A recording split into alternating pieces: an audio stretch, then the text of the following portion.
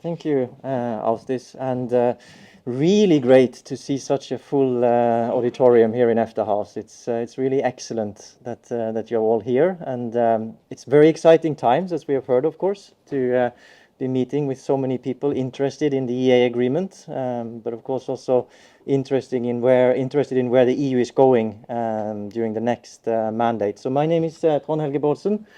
I'm a senior officer in the Internal Market Division.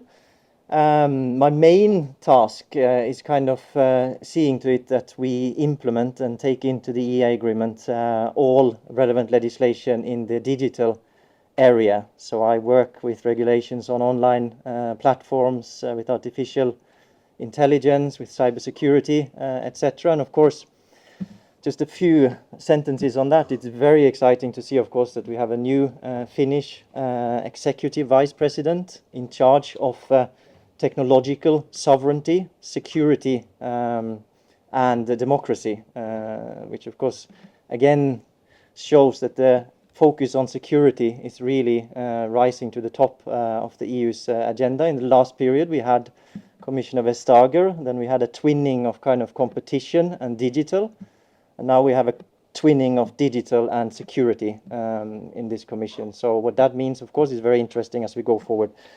But I'm going to talk to you today about what I also do in the EFTA Secretariat, and that is kind of being responsible for coordinating what we call the EEA-EFTA comments. It's a very old-fashioned word, actually. They are common position papers that the EEA-EFTA states submit when we see the need and we want to try and influence the policy agenda of the EU. So just to start from the right starting point in one way, of course, the EEA agreement doesn't give us any formal decision-making powers on the EU side. We are not present in Council. We don't have our MEPs, of course, in Parliament. But despite that, the EEA agreement says very clearly that when preparing new proposals, the European Commission shall seek the advice of experts from the EFTA states in the same way they seek input from the EU member states. And I often just take a second to reflect on this kind of advice or input from relevant experts, because I think many of you have been in Brussels a few years already, perhaps, and you know that if there is something that really can have an impact on policy developments, it is experts' advice. So if you can bring to the table concrete solutions, proposals for how legal texts should be changed, etc., you do have a chance of having an impact. And the EEA-EFTA states, in one way, they have some assets, if you want to, that are important. I mean, we are small, open economies, strongly in favor of free trade. We are also very we have a large degree of trust in our societies, trust in public institutions. We score quite high on a lot of international benchmark, for instance, with regard to press freedom. We are very technologically advanced. If you look at a lot of international benchmarks as well, even the European Commission's statistics in the past, we used to be part of the Digital Economy and Society Index, and of course the EFTA states also score very high on digital development, for instance. And that makes us, in one way, a credible partner, and it gives us an opportunity to try and influence policy going forward. So our objective, even if we don't have these formal powers and opportunity to contribute to decision making, is to try and shape EU policies. And we have some means available to us in order to do that. The EEA agreement, of course, gives our experts the opportunity to participate in expert groups under the European Commission. They participate in the comitology committees that works on a lot of the kind of secondary legislation that comes out of the European Commission. And of course, in these expert groups, a lot also the discussion sometimes are on future strategies and priorities. We don't have voting rights, of course, in those arenas, but they are an opportunity and a possibility for us to voice our views. We have seconded national experts from our administrations that work in the Commission. I think we have some of them present here in the room today. See some familiar faces waving at me now. And they are, of course, working for the European Commission, so their loyalties to the European Commission while they are seconded. But they are very important for us kind of, in order to give us a heads up, what's coming, what's brewing, what is the Commission thinking about going ahead. And of course, they are also kind of ambassadors for the EEA agreement while they work in the institutions. Then, of course, we are present in or participating in a lot of EU programs. There we are in the program committees. When we are looking at the new program period, of course, we have precedents for being involved in what is called the shadow program committees. So discussing more concretely what the programs will invest in and what they will prioritize. In EU agencies, we are present in very many EU agencies, of course. There we are present in the boards of those agencies. And what we also see is that the Commission, when they have new proposals brewing, is that they often use also the EU agencies as kind of sounding boards to test out new ideas. And there, of course, is also a possibility for us to again voice our views. And then we have EEFTA comments or EEFTA position papers that we issue and hand over to the EU side. I'm going to talk briefly about what that is. But of course also just to mention that we have regular meetings with the EU side through our different working groups that have been presented earlier today. And in those working groups, of course, it's a brilliant place for our experts from our capitals to engage directly with the Commission. And also, of course, when we have submitted these official position papers, they are very important for getting feedback and engage with the Commission. But the EEFTA comments are kind of the only formal position papers that are handed over to the EU side on behalf of the 3 EEFTA states.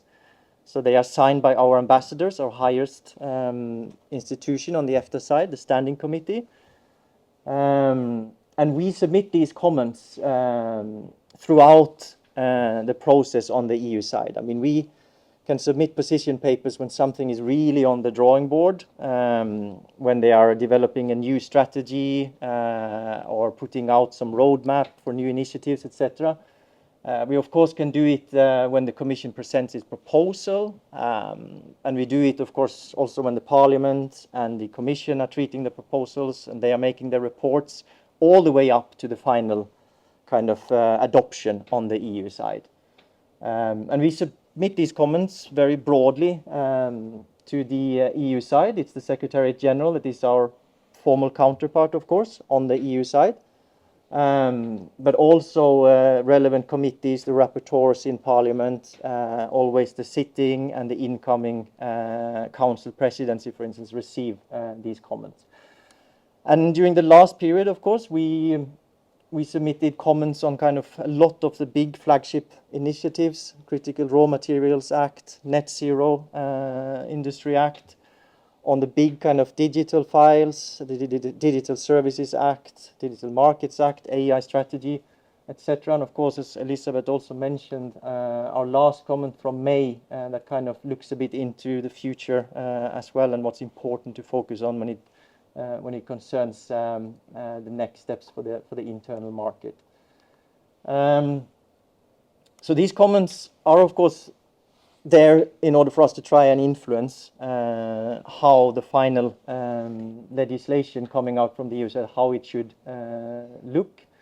We have a feeling that when we say something, and the more concrete we can be, if we can get down to the level saying that this article should be rewritten as, and then concrete wording, for instance, we have a impact. But also, it's important that these EEA comments are also kind of a platform for us to engage with the EU side. It is just the fact that it is much easier for us if we have had a EEA comment on an area. When we come to a later stage in the process and have to incorporate EEA relevant legislation, because then we can we pick up the phone with the EU side and we say, okay, a few months back we actually commented on this proposal when it was in the proposal stage. And it shows in one way that we are engaged, we have interest, we have stake in our common internal market legislation. So they're important to maintain this active dialogue with the EU side. And also, we are not a regular lobby institution in Brussels. I mean, we deal with public policy, the same as the EU institutions. I think that also gives us an extra advantage. And of course, we have also 30 years of experience of implementing internal market legislation. So that also makes us a valuable partner. Very briefly, we try the best we can with these position papers to follow, of course, how the legislation is developing on the EU side. And that's quite challenging often because things move very fast sometimes. Of course, the key thing is to try and be as early as possible. So really close to when the proposal is coming from the Commission, quite in advance until Parliament and Council makes up their positions on the proposal.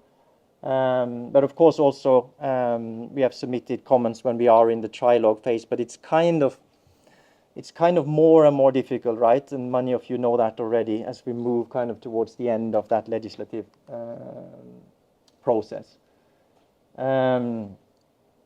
Formally, what happens also when these comments have been submitted is that we have in place routines for the Commission coming back to our working groups, so the working groups that have developed the position paper, to give feedback, how this could be taken on board, how it's also very useful. We then get the feeling of what the Commission sees as likely adjustments when this will go through Parliament, or perhaps is in Parliament and Council, and there's been some developments already.